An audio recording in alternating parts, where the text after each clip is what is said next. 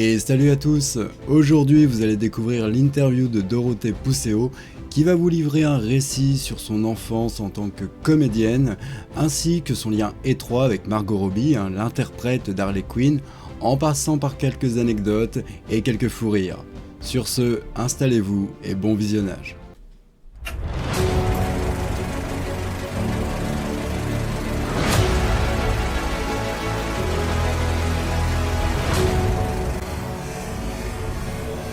Ok. Tout est bon. Ok, allons-y. C'est bon. À toi l'honneur. Ok. Alors moi, pour commencer, je voudrais savoir qu'est-ce qui vous a amené à commencer le doublage.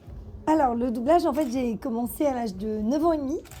J'ai été repérée sur scène où je jouais au théâtre avec Michel Bouquet dans Le Malade Imaginaire. Et donc, j'ai été repérée sur scène et le directeur artistique à l'époque s'appelait, il est décédé, Claudio Ventura.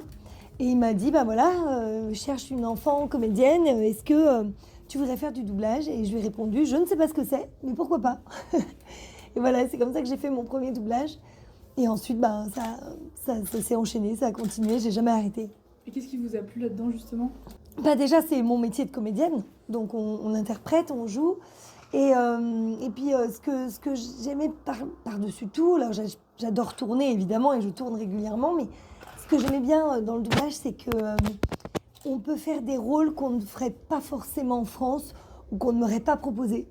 J'ai la chance de tourner régulièrement, mais je n'ai pas percé comme Ludivine Sagnier ou Virginie Ledoyen, etc. Donc, du coup, c'est vrai que interpréter Barbie ou des rôles incroyables comme interprète Margot Robbie, voilà, je pense que je les aurais jamais interprétés, je les aurais jamais joués si je n'avais pas eu la chance de faire de la doubler, quoi. Voilà. Du coup, vous faites vraiment pas mal de choses. Vous êtes une personne qui apparemment aime aussi les challenges, notamment dans le travail. Vous trouvez ces challenges plus vers les prestations en live action, plus dans l'animation, dans le jeu vidéo, ou est-ce que vous trouvez un petit peu vos challenges comme ça, quotidiens? C'est plutôt le challenge, il ne vient pas forcément du produit, mais plutôt du personnage. Pour moi, c'est plutôt le challenge, oui, c'est plutôt le personnage. C'est-à-dire que quand j'ai découvert Vanellope dans les mondes de Ralph, pour moi, c'était quand même un vrai challenge. Parce que je voulais vraiment la rendre attachante quand même, bien qu'elle soit extrêmement énervante, et c'est le but du personnage. Mais je voulais aussi la rendre quand même attachante. Et du coup, le fil rouge, il est très mince entre l'agacement et l'attachement. Donc, pour moi, c'était assez challengeant. Par exemple, quand j'ai fait la maman aussi de Ray, dans le biopic de Ray Charles, c'est des rôles qui sont compliqués et qui, du surtout coup... elle, parce que c'était une vraie SDF. C'est une fille qui vient de la rue, qui avait une rage en elle, une force assez impressionnante. Donc quand elle jouait, elle avait ça en elle. Et c'est vrai que retranscrire, essayer de lui rendre hommage, parce qu'en doublage, on est là pour rendre hommage au travail du comédien étranger, c'était un vrai challenge. Ouais, il fallait aller chercher les mêmes tripes qu'elle, parce que Les mêmes tripes, complètement. Et du coup, derrière, vous avez quand même une voix quand même assez atypique, qu'on reconnaît tout de suite. Oui, pareil. Moi, je me rends pas compte, mais... Et du coup, c'est dû quand même à certaines singularités dans votre voix. Parce que toute voix est unique, mais la vôtre est atypique. Oui. Et du coup, est-ce que à un moment, vous avez réussi à tout de suite le tourner ça en avantage, ou on vous appelait vraiment pour ça, ou il y a dû quand même des fois batailler un peu en disant laissez-moi quand même montrer ce que je sais faire, je suis comédienne quand même. Non, j'ai pas trop eu ça en fait. Les gens souvent m'appelaient plutôt, les directeurs artistiques et tout, plutôt pour des personnages. En particulier pour une énergie sur certains rôles, mais pas vraiment la voix. Comme Il y a Dexter. des comédiens que je double, oui voilà. C'est ça. Voilà, parce qu'il y a des comédiens que je double où j'ai pas vraiment la même voix qu'elle, même du tout parfois. Non mais ça apporte du punch. Voilà, mais comme on a la même énergie, il m'appelait en fait. C'est là qu'on voit que pour un passage en VF, il n'y a pas que le matching, le voice matching qui compte, quoi. Non, pas du tout, pas du tout même. Même finalement, c'est pas le critère qui détermine. Non, là moi je suis un mauvais exemple parce que j'ai une voix assez atypique effectivement, mais il y a plein de comédiens qui ont des voix qui ne sont pas aussi marquées, aussi atypiques, et du coup les gens parfois me disent j'ai envie de faire du doublage, on me dit que j'ai une jolie voix ou que j'ai une voix atypique et tout. Je dis oui, mais attention, ça, en fait, ça n'est pas du tout un critère. C'est pas le critère. Donc, je suis mauvais exemple. Quand ça vient de moi, ils me disent « Oui, d'accord. » Je dis « Non, mais je vous assure que non. » cela, oui. Mais voilà, parce que par exemple, Céline Monsara n'a absolument pas la même voix que Julia Roberts, mais pas du tout. Non. Et pourtant, ça match super bien et on aurait du mal à imaginer une autre voix sur Julia Roberts. Parce qu'elles ont la même énergie, le même jeu. Donc voilà, donc ça rentre parfaitement dans l'image, comme on dit un peu en termes techniques dans notre métier. Mais c'est vrai qu'elles n'ont pas le même timbre. Et, donc la voix ne joue pas un rôle important en fait. On cherche plutôt, si je peux me permettre un peu l'expression, un peu l'âme sœur francophone. Oui, voilà, c'est ça. Le miroir francophone de l'acteur étranger, quitte à passer sur une autre voix, des fois complètement différente. Oui. C'est pour ça que même moi, à mon âge, on va me donner parfois des rôles d'enfants ou de filles bien plus jeunes que moi, etc. Parce que j'ai un peu une âme d'enfant, un peu comme Donald. Voilà, on a gardé un peu notre âme d'enfant et on va savoir retrouver un petit peu cette énergie et ce caractère enfantin qu'on avait, qui ne nous a jamais vraiment quitté, effectivement. Mais c'est pour ça qu'en continuant justement des rôles un peu jeunes et tout, quand j'ai doublé la petite Erika dans Stranger Things, elle a 15 ans, quoi. Donc voilà, ça pourrait largement être ma fille. Mais c'est vrai que finalement, en fait, je crois que ça le faisait. En tout cas, moi, je me sentais à l'aise dessus. J'avais pas l'impression de devoir trafiquer tant que ça et voilà. Mais vous avez du coup une voxographie effectivement complètement titanesque, hein, puisque du coup c'est depuis votre Oui, jeune âge. j'ai commencé toute petite. Voilà, toute petite. On ne va pas tout énumérer parce que le CGS ferme demain quand même, donc il faudrait qu'on soit parti avant. Mais du coup, vous avez de ce fait travaillé dans multitude d'univers différents, beaucoup de découvertes. Et est-ce que du coup votre travail dans ces différents univers vous a amené à découvrir certains univers et puis maintenant c'est des univers que vous aimez? Vous avez découvert des univers auxquels vous êtes accroché? Oui, par exemple, je me suis retrouvée en tant que comédienne spécialisée dans le doublage. J'ai été contactée par Jamel Debbouze pour faire les voix maquettes, en gros, de Pourquoi j'ai pas mangé mon père. Le film qui était en motion capture, qu'il a réalisé, enfin co-réalisé. Et par exemple, là, donc, j'ai été approchée en tant que comédienne voix. J'ai fait toute la maquette, en gros, des voix. On a posé les voix avec 3 autres comédiens pour le timing et tout ça. Et c'est là qu'on s'est rencontrés. Du coup, il m'a dit « Ah, mais j'adore ce que tu joues, j'adore tes propositions, etc. » Parce que moi, j'aimais bien, surtout en cours de théâtre, ma partie préférée, c'était l'impro.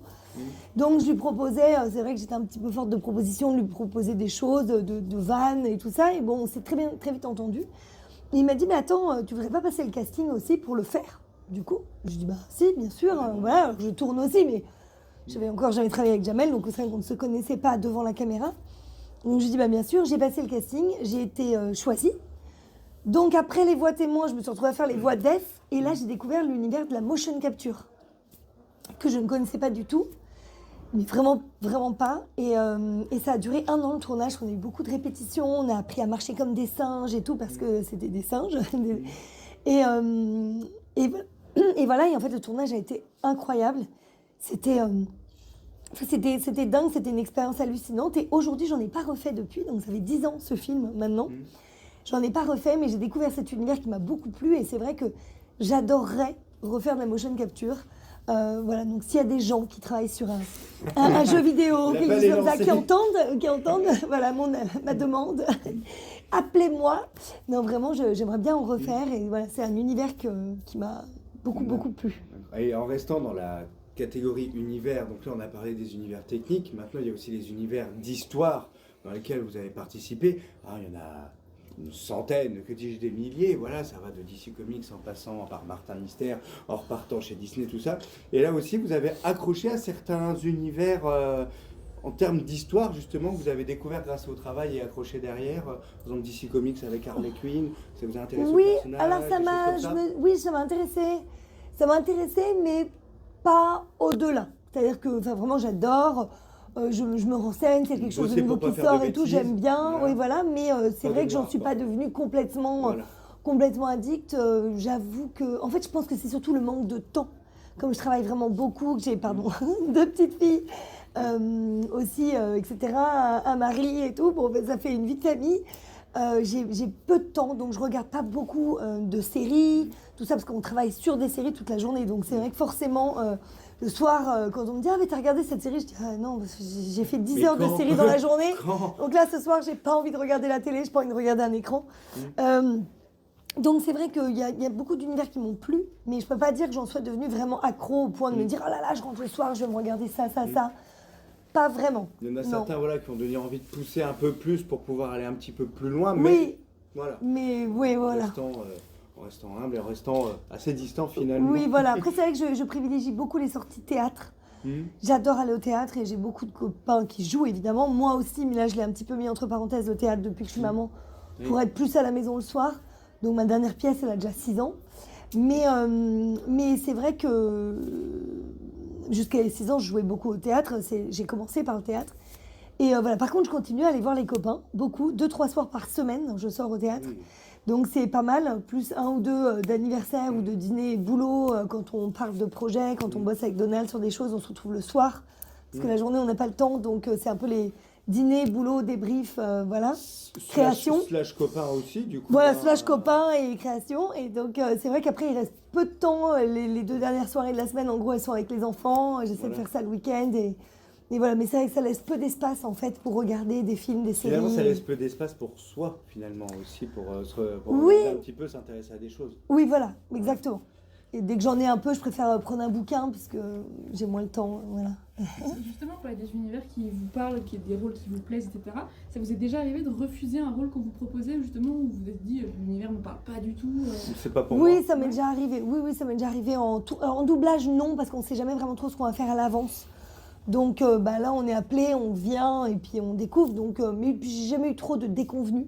J'ai déjà eu des rôles qui me passionnaient pas. Je me disais bon, pas grand chose à jouer ou voilà, mais qui me déplaisaient, non. Par contre, oui, en tournage, ça m'est déjà arrivé de recevoir des scripts avec des scènes de nu. Pas juste les seins dans un truc rigolo, par exemple Problemos, voilà. 2-3 fois au début du film, je monte mes seins d'une manière comme si j'étais une fémène alors que j'écris rien sur mes seins. Bon, c'est très drôle.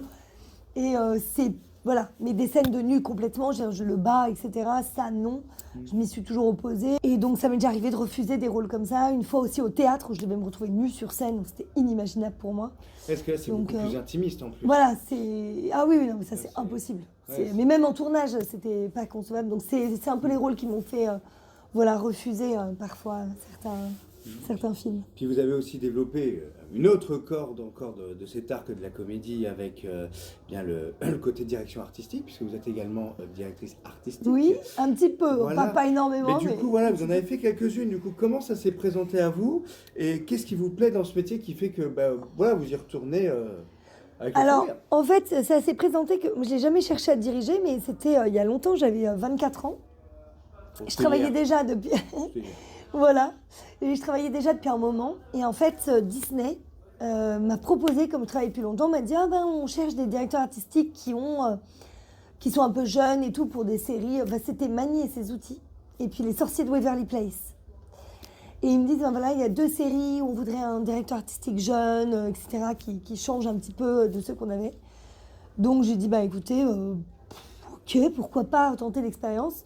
Moi, j'ai pris 12 ans de cours de théâtre, donc j'ai déjà aussi dirigé des copains comédiens quand il y avait des castings, des auditions et tout, donc j'avais un petit peu le côté déjà... Metteur en scène un petit peu. Oui, voilà, un petit peu. Et je me suis dit, pourquoi pas. Et en fait, ce qui me plaît, c'est de pouvoir engager des copains, donner du boulot à des amis, les voir bosser, aller chercher des nouveaux talents. Généralement, je vais les chercher au théâtre ou en tournage. Et puis avoir l'autre casquette, se mettre à la place du comédien de l'autre côté, et voilà, et ça m'a apporté beaucoup en tant que comédienne. Oui, du coup. Parce que du coup, voilà, de diriger les autres, ça m'a fait analyser vraiment le personnage, et donc moi-même quand je suis comédienne, je me dis oui, donc là en fait, il faudrait que je l'aborde comme ci ou comme ça, et voilà, ça m'a fait évoluer aussi, je pense, dans mon travail. Si dit ça, c'est parce qu'il doit peut-être avoir cette idée-là en tête, machin. Le fait d'avoir les 2 facettes du miroir, finalement, ça fait quelque chose de très complet, finalement. Exactement. D'accord. Alors, il y a eu pas mal d'éléments aussi qui sont sortis sur la chaîne YouTube. Il y a eu un petit peu de pause, y aurait-il des projets? Alors, il y a eu des pauses, oui, parce qu'en fait, je voulais faire des histoires pour les enfants. Oui, tout Donc, à fait, j'étais voilà. signée chez Mon Webedia. problème de dodo. Voilà, les histoires à dodo, revenir debout. Voilà. Et en fait, j'ai fait que 8 vidéos, mais c'était super, ça marchait très bien, ils étaient très contents. On était hyper contents des retours et tout. Sauf que, il y a eu le Covid. Voilà. Donc, ça s'est arrêté. Je me souviendrai toujours, je devais tourner le 16 mars, je me souviens de cette date. Puis, on a été Confiné le lendemain. confinés, et donc, en fait, ça s'est arrêté, j'ai pas pu tourner. 1 an et demi après, ça reprenait, mais extrêmement doucement. Ils n'avaient plus de sponsors, ils n'avaient plus rien. Enfin, c'était vraiment catastrophique chez Webedia, c'était très compliqué. Seuls les gros talents Webedia, les gros youtubeurs à millions et millions d'abonnés arrivaient à reprendre des vidéos, mais nous, c'était les petits jeunes de YouTube, c'était, entre guillemets, c'était mort. Donc c'était un peu compliqué. Et puis après, la directrice de Webedia avec qui j'avais monté ce projet a quitté Webedia. Donc j'ai pas bataillé pour le relancer, etc. C'est un peu tombé à l'eau. Et là, en fait, on fait construire une maison, enfin on rénove totalement une maison en banlieue parisienne. Donc pour l'instant, on est dans une location toute petite, etc. Avec mes 2 enfants, la jeune fille au père qui vit chez nous, voilà, enfin mon mec, un chat, un chien, enfin là c'est un petit peu sport. Mais on récupère la maison cet été. Et donc pour septembre, je fais une jolie chambre à mes enfants qui servira de décor. Et je vais reprendre mes histoires à dodo en coprod avec Donald, parce que moi j'ai ma boîte de prod depuis 20 ans, lui aussi, donc on fait déjà des coprods ensemble de quelques projets.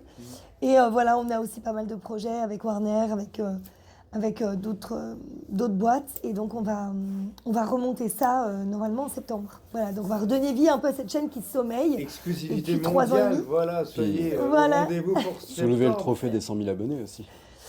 J'ai pas eu le trophée moi parce que j'ai que 82 000. Ouais, mais c'est à 100 000, donc ça va bientôt. Oui, j'espère. Ah ben, J'espère, oui, c'est on vrai que j'ai vous même pas souhaite. pensé. Grâce à ça, On vous souhaite. l'aurez. Voilà. Par contre, j'ai été double disque platine. Ça, c'est bien. Voilà, avec Mortel Adèle. 300 000 albums vendus. Bravo. Je suis signée chez Sony Music. Donc ça, c'est super. L'album de Mortel Adèle, qui est donc fait musicalement par Aldebert, le chanteur, et les paroles d'Antoine Doll. Voilà, Monsieur Tan, dit Monsieur Tan, l'auteur des Mortel Adèle. Et ça, c'était une expérience incroyable. On a fait 2 albums. Et le premier a été donc double disque de platine. Et voilà, mais bon, les 100 000, ouais, effectivement. Donc, juste bah, le écoute, trophée des 100 000. il manque 18 000 personnes là. Est-ce qu'on peut les trouver? Oui, ça peut se faire. Je veux ce beau trophée. Ça peut se faire. Faut demander à Guillaume Play, il Voilà. peut peut-être vous avancer un peu. là. Ouais, c'est ça. En plus, je connais bien. Bah oui, non, Voilà, donc, justement. allez-y, anticipation de confiance, vous allez vous abonner dès maintenant. Il y a du contenu qui arrive en septembre. La cloche, on s'abonne, et puis voilà. Comme 20 000, on ça va travaille se faire. Exactement. Il n'y Ça va aura le pas faire, que du 20 000. contenu pour les Voilà, enfants aussi. À partir de la semaine prochaine, il y a les 100 000. Il n'y a pas de problème. Bon, ça C'est peut aller gentil. vite. ça peut On aller a vite. fait des parodies aussi, justement avec Donald, Alexis et tout. Il y a 4 vidéos pour l'instant. Et Christophe Lemoine également. Et Christophe, exactement. On a fait quelques La parodies forêt a plus. changé. Voilà, pour les plus grands. Donc, il y a ça, c'est un peu pour tous les âges. Donc, n'hésitez pas. Non, mais franchement, le coup du Seigneur des Anneaux est resté gravé dans Oui, il était Non, mais assez... j'ai du mal. Avec arrêter Déborah pour- Perret, la vraie voix de vraie Kate voix Blanchett. galadrienne, Ouais, voilà. Ah, mais là, je crois que j'ai perdu. J'ai eu un blanc de 20 minutes quoi, derrière, parce que c'était vraiment impossible à tenir. Quoi. Je vais revenir un peu sur une actrice, donc du coup, Margot Robbie. Là, je vais bien parler de l'actrice, je ne vais pas parler de personnage, parce que du coup, Margot Robbie a en ce moment une carrière qui a complètement explosé. Oui. Elle est vraiment sur tous les fronts. Mais du coup, elle va faire beaucoup de personnages différents. Du coup, est-ce que vous, à chaque fois, quand vous... Parce que bien évidemment, 99,99%, ce sera vous qui serez appelé. C'est pas obligé. C'est pas obligé, C'est pas mais obligé, mais la j'espère. plupart du temps, voilà, ça va être vous. Donc, est-ce que à chaque fois vous rattrapez Margot Robbie en partant sur une base et après vous évoluez? Comment vous retravaillez en fait chaque personnage qu'elle joue, parce qu'elle va les jouer différemment. Oui, bien sûr. Bah, moi, je vais les jouer aussi différemment. Et comme en doublage, on a l'exemple devant nous. Donc, c'est un petit peu plus simple que quand on tourne soi-même, où on crée vraiment le personnage. Bon, on le crée avec le réalisateur. Hein. Un comédien n'est jamais tout seul pour créer quelque chose. Mais disons que là, j'ai son modèle. Donc, je me calque sur elle. Et puis après, il y a un directeur artistique aussi, donc évidemment, qui m'aide, qui me drive. Mais ça va être elle, mon maître d'œuvre. En fait, c'est elle qui va vraiment donner le là et que je vais suivre, enfin, essayer de suivre du mieux possible. Il y quoi. a une petite base et puis après... Après, moi, j'ai 12 merci. ans de cours de théâtre, j'étais au conservatoire, et donc le but aussi était de changer beaucoup de rôles. Donc, on faisait plein de personnages différents.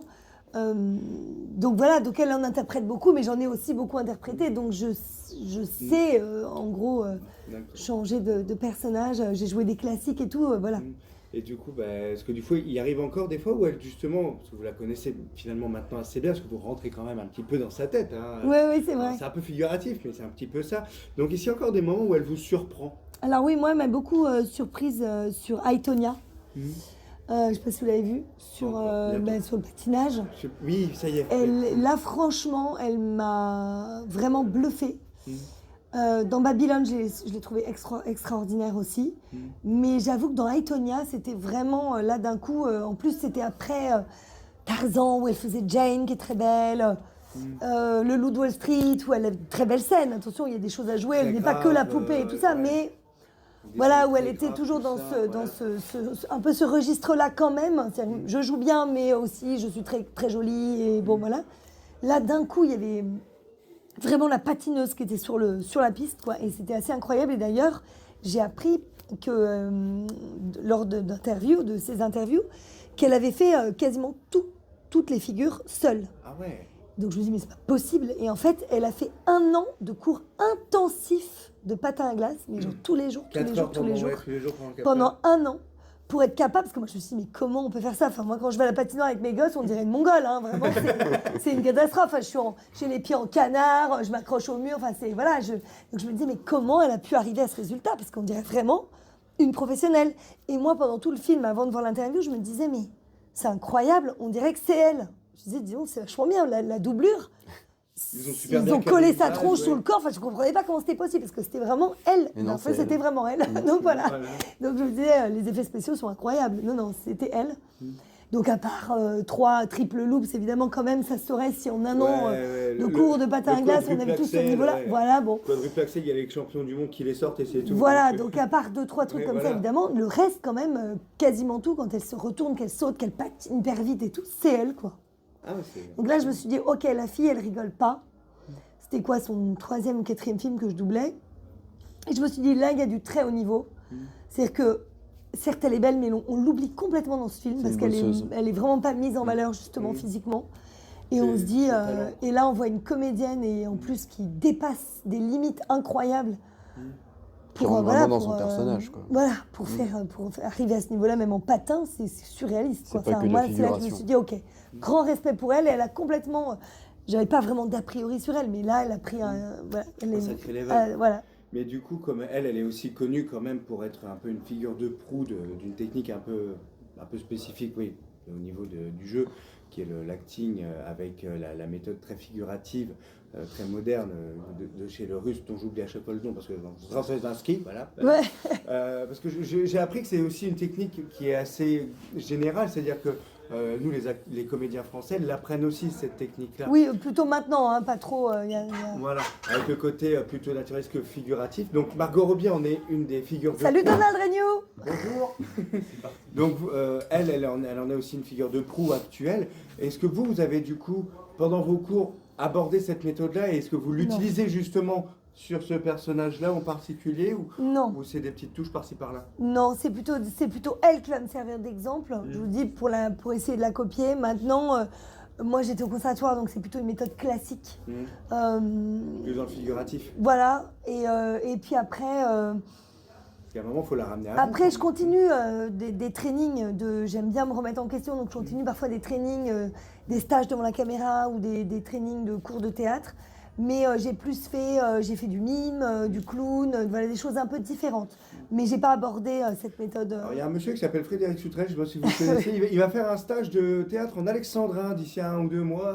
D'accord, moi ça je l'ai fait beaucoup pour le coup. Mais non, parce que du coup, effectivement, il y a quand même des fois, il faut peut-être aussi ramener un peu l'acteur à soi, à vous, finalement, pour essayer de en comprendre. fait, c'est pas, normalement, il faudrait pas.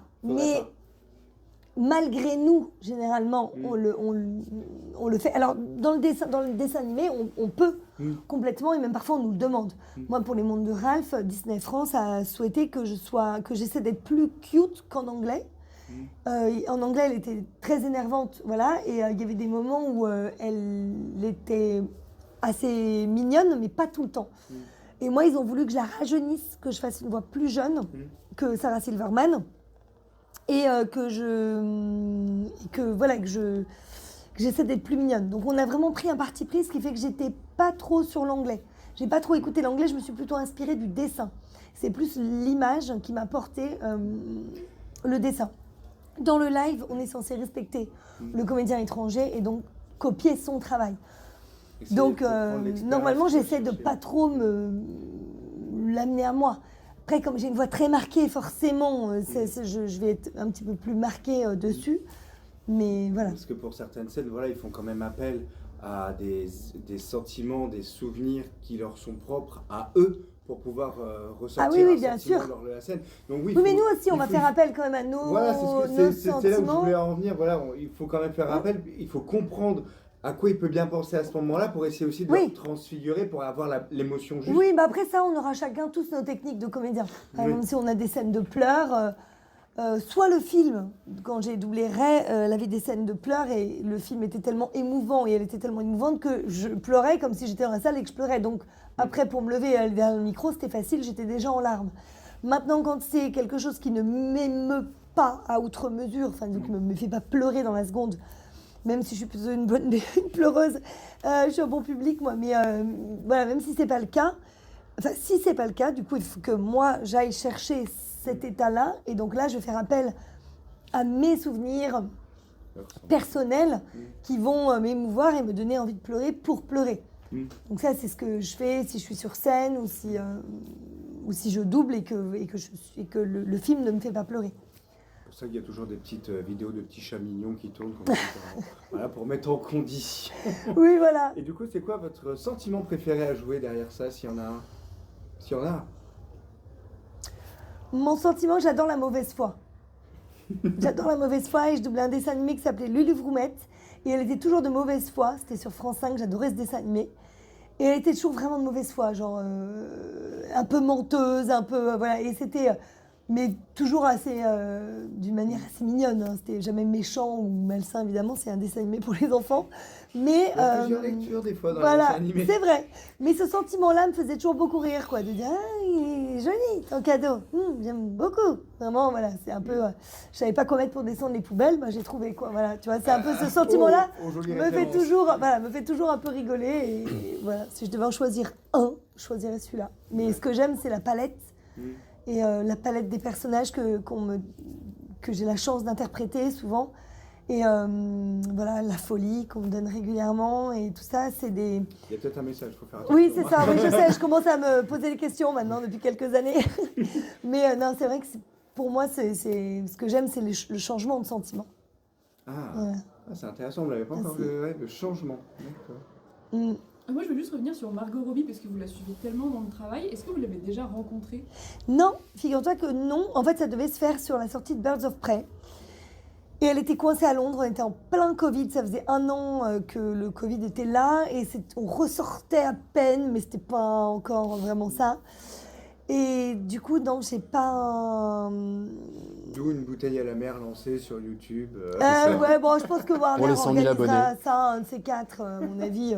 Ce sera dans les projets, les événements à venir. Oui, il y a des chances. Il paraît qu'elle est très sympa. Ouais. Je connais quelqu'un qui connaît un de ses meilleurs amis producteurs de Los Angeles et qui a déjà même mangé plusieurs fois avec elle chez cet ami producteur. Et il m'a dit, la fille, elle est hyper simple, très sympa, souriante, très cool.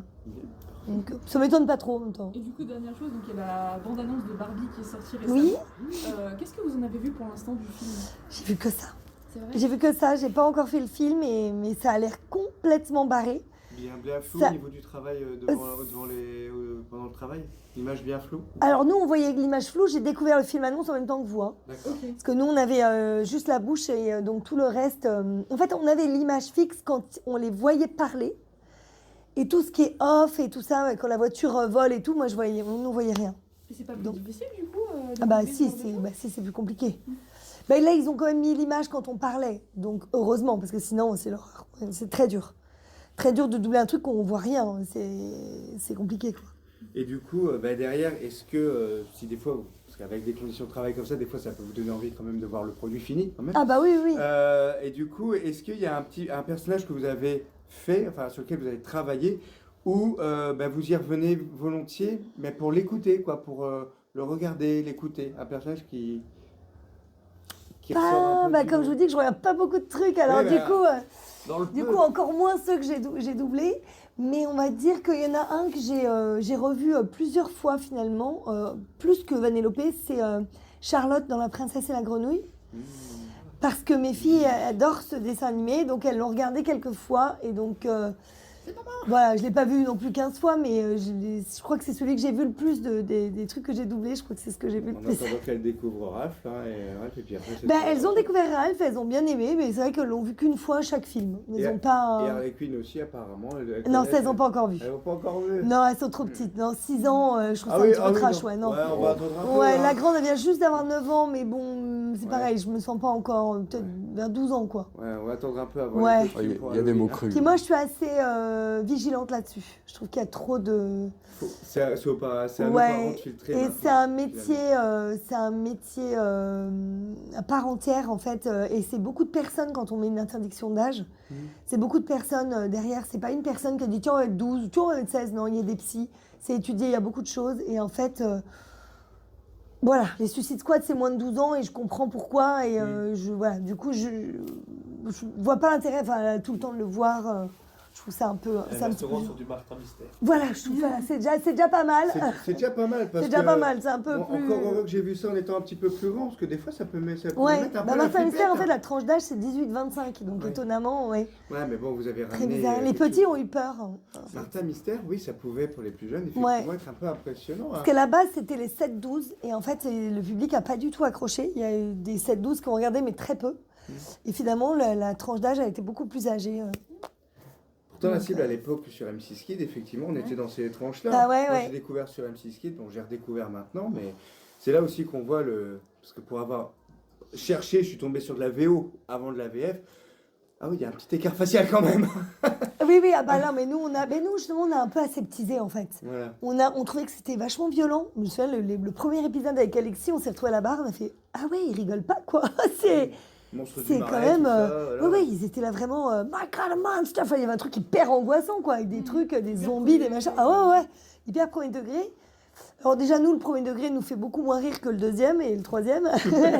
donc c'est vrai que ça nous amusait moins de faire du premier degré. Et surtout, on s'est dit, mais dis donc, pour des gamins de 8 ans, c'est quand même super violent, quoi. Donc on s'est mis à déconner entre nous, parce qu'on se connaît depuis... on a fait notre premier doublage à 9 ans ensemble. Voilà. On était à l'école ensemble depuis la 6e. Donc c'est vraiment comme un frère, comme Donald et Christophe. C'est ouais. Les 3-4 mousquetaires. Hein, Ouais, c'est ça, exactement. Alexis, Indissociable. Donald, Christophe et vous. Hein. Voilà, exactement. Et du coup, on s'est mis à rigoler, à déconner, à transformer un peu le truc. Puis la directrice artistique à l'époque, C'était au plein, voilà, C'était au plein, ouais. a dit bon, ok, vas-y, c'est drôle. Mais c'est une super idée d'avoir... Enfin, moi, je suis étonné que vous ayez pensé à ça, parce que je me remets dans le contexte aussi de l'âge que vous aviez à ce moment-là. C'est-à-dire que vous oui, étiez dans la vingtaine. même dans pas, on ces avait eaux-là. 18, Ah, 18, j'étais entre 18 et 20. entre 18 et Et, 20.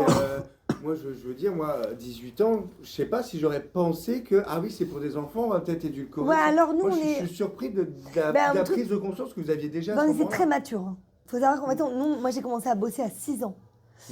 Donc on était toujours qu'avec des adultes, tout ça. Moi j'allais à l'école, on était à l'école des enfants du spectacle, donc on n'avait que des enfants de l'univers du spectacle, donc des enfants qui faisaient beaucoup de patinage, de danse, de tout ça à haut niveau. Donc Musique, c'était... chant, totalement. Voilà, donc eux-mêmes, pareil, on a tous été, ces enfants-là, dans un monde d'adultes très vite.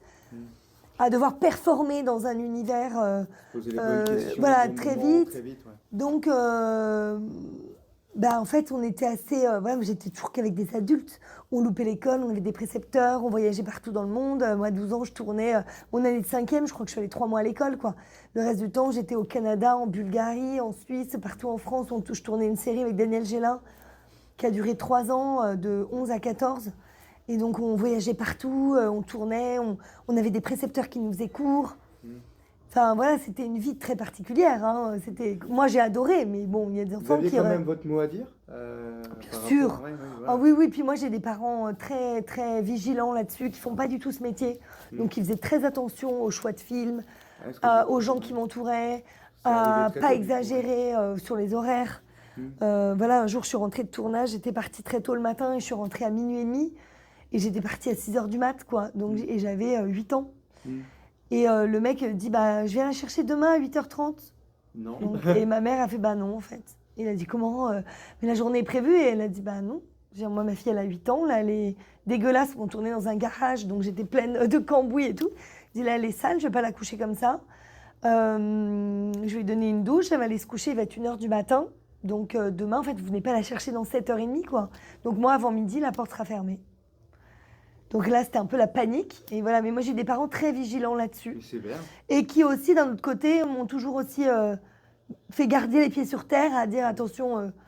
Voilà, quand parfois on disait oh waouh, j'avais fait une série, un succès, machin, je des autographes et tout, ils disaient ouais, attends, t'as pas sauvé des vies. Je disais ok. Mais ils ont toujours été très comme ça, mais en fait, je les remercie aujourd'hui parce qu'en fait, ils avaient tellement raison. On n'est rien du tout, quoi. Enfin, genre, on n'a rien. Enfin, tu vois, on n'a rien fait de particulier et tout ça. Et donc je me disais mais non, mais ils ont raison, mais eux, ils faisaient pas ce métier. Donc aussi, ils ont toujours su Voilà une autre. dire la vraie vie, c'est ça. Voilà. Un autre miroir. Ouais, voilà. Merci Dorothée. Merci. Voilà, pas de rien. Merci à vous. Merci à vous pour votre intérêt et votre gentillesse.